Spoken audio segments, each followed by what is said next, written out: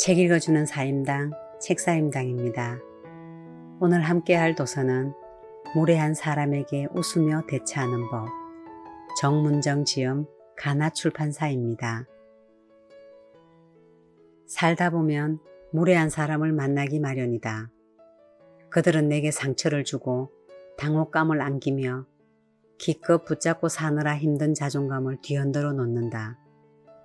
어떤 인간관계는 유지하는 그 자체만으로 지나치게 에너지가 들 때가 있다. 내 속마음을 말하고 싶지만 오해받을까봐, 이기적인 사람처럼 보일까봐 하고 싶은 말을 속으로만 삭히게 된다. 그런 이들에게 감정의 동요 없이 금발 부셨어요 하고 알려줄 방법은 없을까? 당연히 있다. 다만 그 방법을 실제로 사용하려면 연습이 좀 필요하다. 이 책에는 작가가 지금까지 시도한 훈련 중 가장 효과적이었던 방법과 그 과정들을 담았다. 앞으로 무례한 사람을 만나도 절대 기죽지 말자. 웃으면서 우아하게 경고할 방법이 많이 있으니까. 자, 그럼 이제 책 속으로의 여행 시작하겠습니다. 구독, 좋아요, 알림 설정은 사랑입니다. 너는 그 사람을 고칠 수 없어. 혹시 주변에 소시오패스나 사이코패스가 있다면 피해야 하나요? 아니면 잘 타일러 변화시킬 수 있을까요? 범죄심리 전문 분석가로 경찰대 교수 출신인 표창원 의원이 한 시민에게 이런 질문을 받은 적이 있다. 그는 이렇게 답했다. 빨리 도망치세요, 지금 당장. 표 의원은 단호하게 덧붙였다. 여러분은 절대 고칠 수 없습니다. 빨리 뛰어서 도망쳐야 합니다.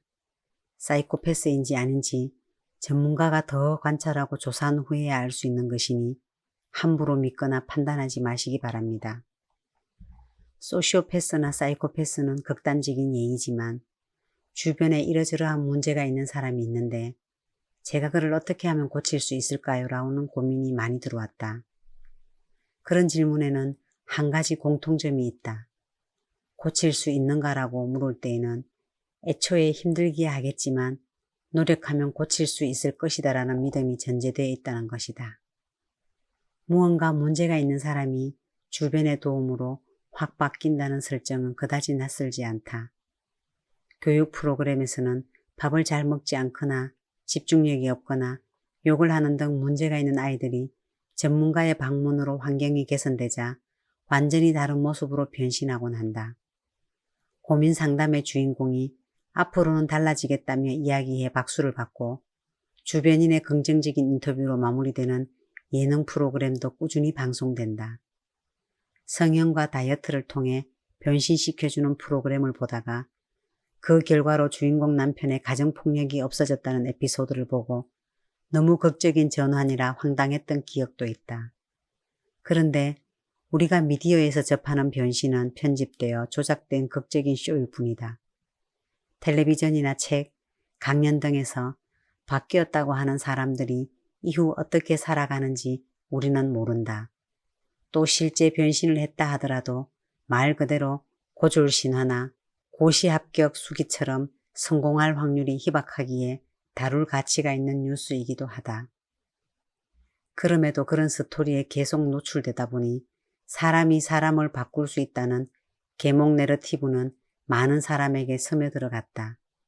나는 이 평강공주식 이야기가 평범한 대부분의 인간을 괴롭히고 심지어 인간관계나 조직 문화를 망치기까지 한다고 생각한다. 인간은 강요나 계몽 같은 방식으로는 바뀌지 않는다.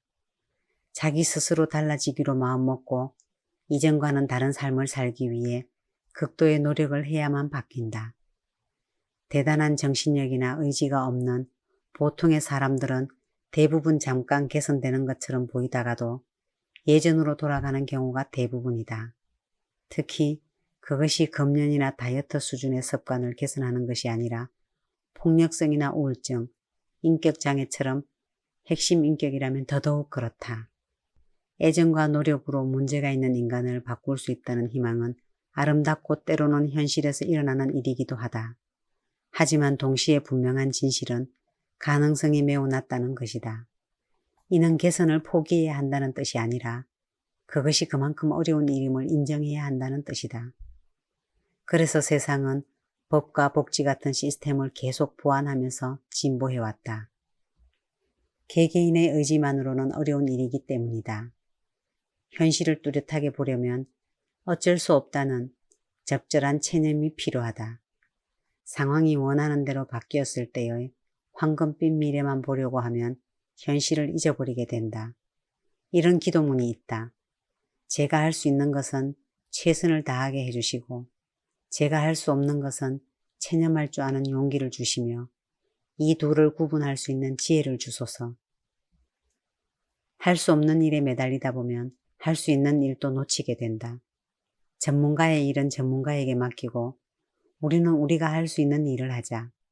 시간은 가치 있는 데에만 쓰기에도 부족하고 나는 행복할 권리가 있으니까. 유일한 사람이 되는 비결. 세기의 미녀 올리비아 하세가 결혼 후 토크쇼에 출연했을 때 사회자가 물었다. 수많은 프로포즈를 받았을 텐데 어떻게 그 남자가 당신의 남편이라고 확신하셨나요? 하세가 갑자기 사회자 눈을 가렸다. 제 눈동자가 무슨 색인가요? 대답을 못하자 그녀가 말했다. 그는 이 질문에 유일하게 답한 사람이에요. 우리는 저마다 읽히기를 기다리는 책 같아서 누군가 나를 읽어나가기를 포기하지 않기를, 대충 읽고선 다 아는 양 함부로 말하지 않기를, 다른 책 사이에서 나만의 유일한 가치를 발견해 주기를 원한다. 그럼에도 정작 다른 사람에 대해서는 어떤지. 토마스 만은 토니어 크레그에서 우리가 어떤 사람을 간단히 한마디로 규정해버리는 것을 가리켜 당신은 그런 식으로 처리되어 버렸군요 라고 표현했다. 우리는 누가 나를 처리해버리면 화를 낼 거면서 남들은 쉽게 처리해버린다. 다른 사람들의 말을 잘 들으려면 내 목소리를 낮춰야 한다. 판단을 뒤로 하고 자세히 살펴보는 것은 의외로 어려운 일이며 그렇기에 사람이 할 수 있는 가치 있는 일 중 하나이다. 무언가를 보고 더 많이 느끼는 사람은 더 많이 생각한 사람이고 더 많이 생각한 사람은 더 많이 보는 사람일 것이다. 더 많이 보는 사람은 여러 입장을 모두 보는 것이나 다름없으므로 자신이 살아보지 않았던 삶까지 살아볼 수 있다. 그렇게 하면 우리도 유일한 사람이 될 수 있겠지. 선을 자꾸 넘는 사람과 대화하는 법. 심리학 용어 중 퍼스널 스페이스란 말이 있다.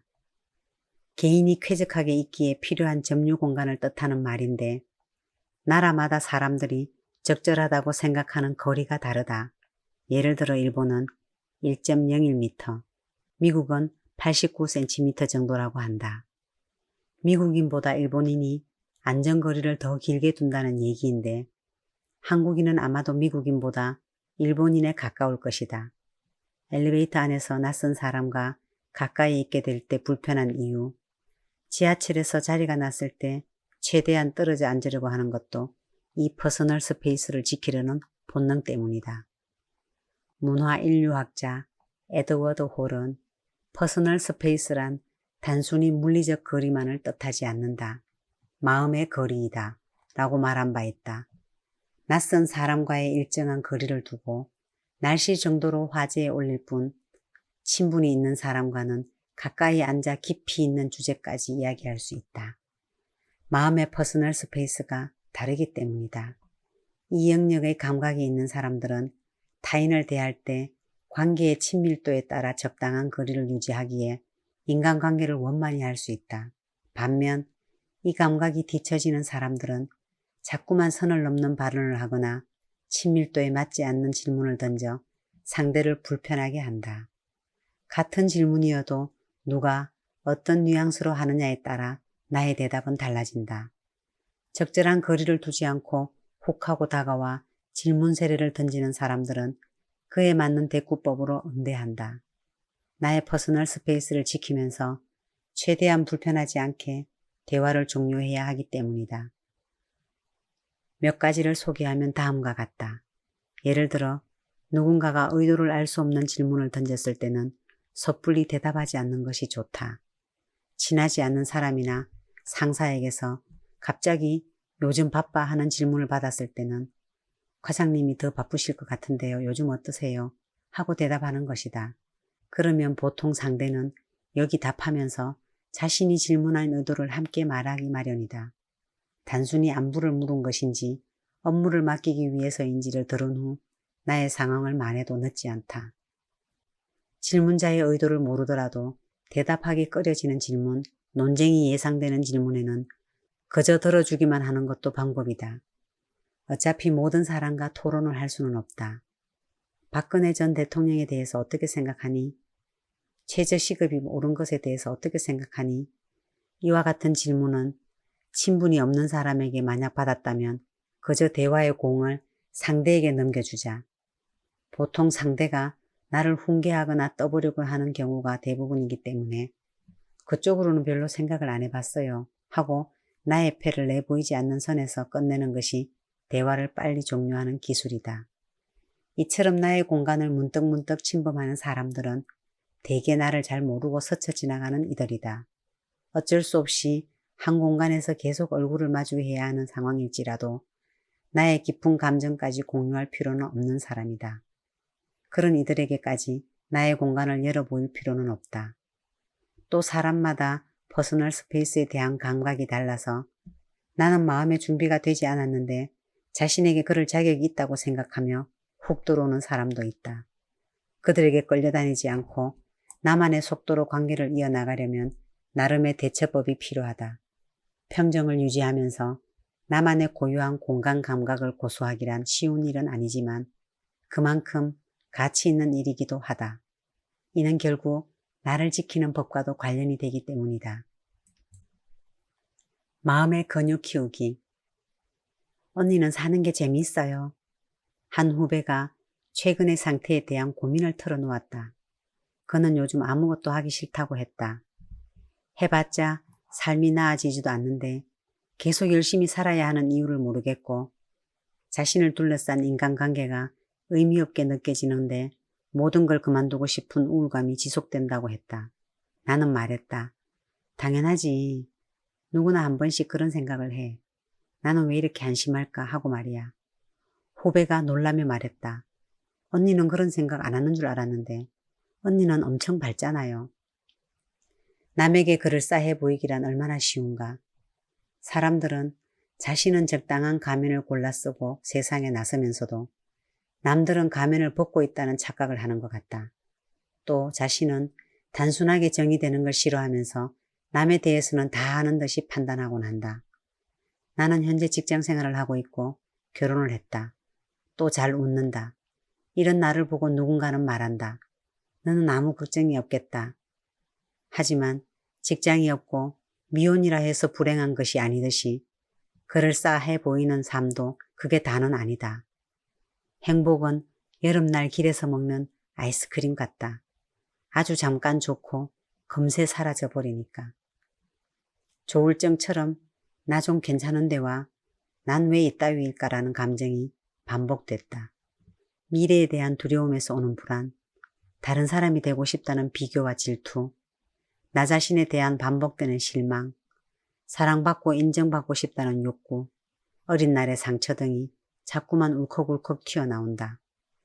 일희일비하지 않는 사람이 되어서 상처 덜 받고 자존감 높게 살고 싶지만 그게 가능했던 적은 지금까지 단 한 번도 없었다. 주변을 둘러보면 모두 비슷한 고민들을 하는 듯하다. 몸관리법에 대한 이야기는 이렇게 차고 넘치는데 어째서 마음관리에 대한 이야기는 찾아보기 어려울까?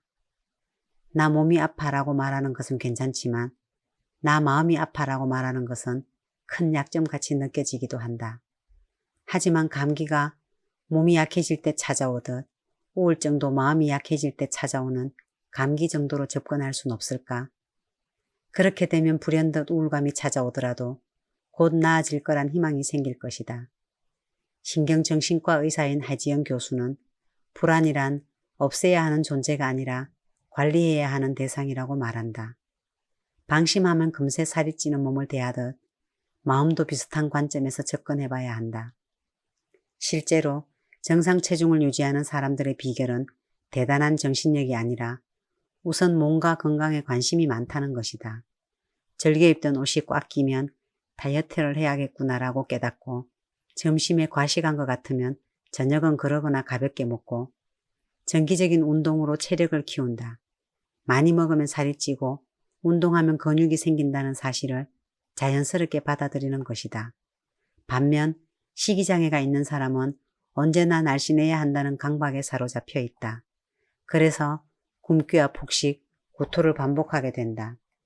그러니 마음의 근육을 키울 일이다. 마음의 근육을 키운다는 건 감정의 진폭이 없는 상태가 되는 게 아니라 언젠가 우울감이 찾아오더라도 빠르게 나아질 수 있는 회복력을 얻는 일이다. 이 회복력이야말로 사람들이 그토록 가지고 싶어하는 자존감과 깊은 관련이 있다.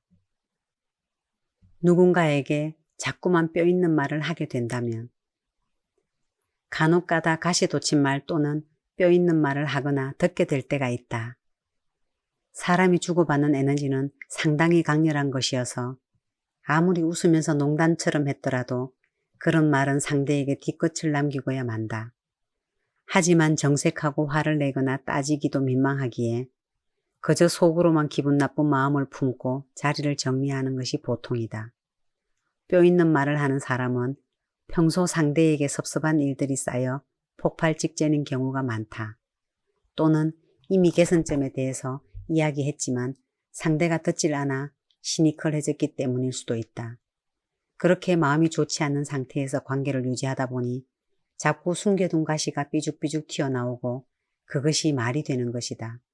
나는 뼈 있는 말을 자주 하거나 듣게 되면 이 사람과의 관계를 잠시 쉴 때가 됐다는 시그널로 받아들인다. 친구 또는 애인과 헤어져 돌아오는 길이 언제나 공허하다면, 그와 헤어지고 돌아오는 길에 그보다 나를 더 소중히 대해주었던 사람들이 떠오른다면, 서운함 때문에 마음속에 뾰족함이 자라나 뼈 있는 말로 자꾸 상처를 주게 된다면 그 관계는 잠시 멈추어야 한다. 이때는 서로 지쳐서 그런다는 걸 알아차리고 서로에게 생각할 시간을 주는 것이 가장 현명하다.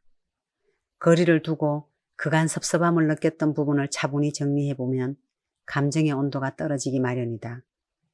경험상으로 너는 약속을 지키지 않는 게으르고 무책임한 애야. 부글부글 끓어오르던 그 마음이 매번 약속을 지키지 않는 모습을 보자 날 소중한 사람으로 대하지 않는다는 생각이 들어 기분이 좋지 않았어 라고 한결 차분해진다. 뼈 있는 말을 하고 나서 매번 후회하는 사람이라면 잠시 거리를 두어보길 추천한다. 책 내용은 여기까지입니다. 누군가를 만나고 왔을 때 내 기분이 나쁘다면 그 사람과의 관계는 생각해 볼 필요가 있다는 말이 떠오릅니다. 결국 상대의 어떤 말이나 행동 때문에 상처를 받았다는 말인데요.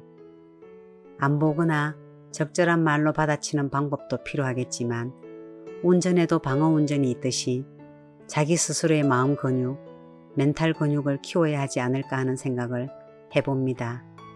감사합니다.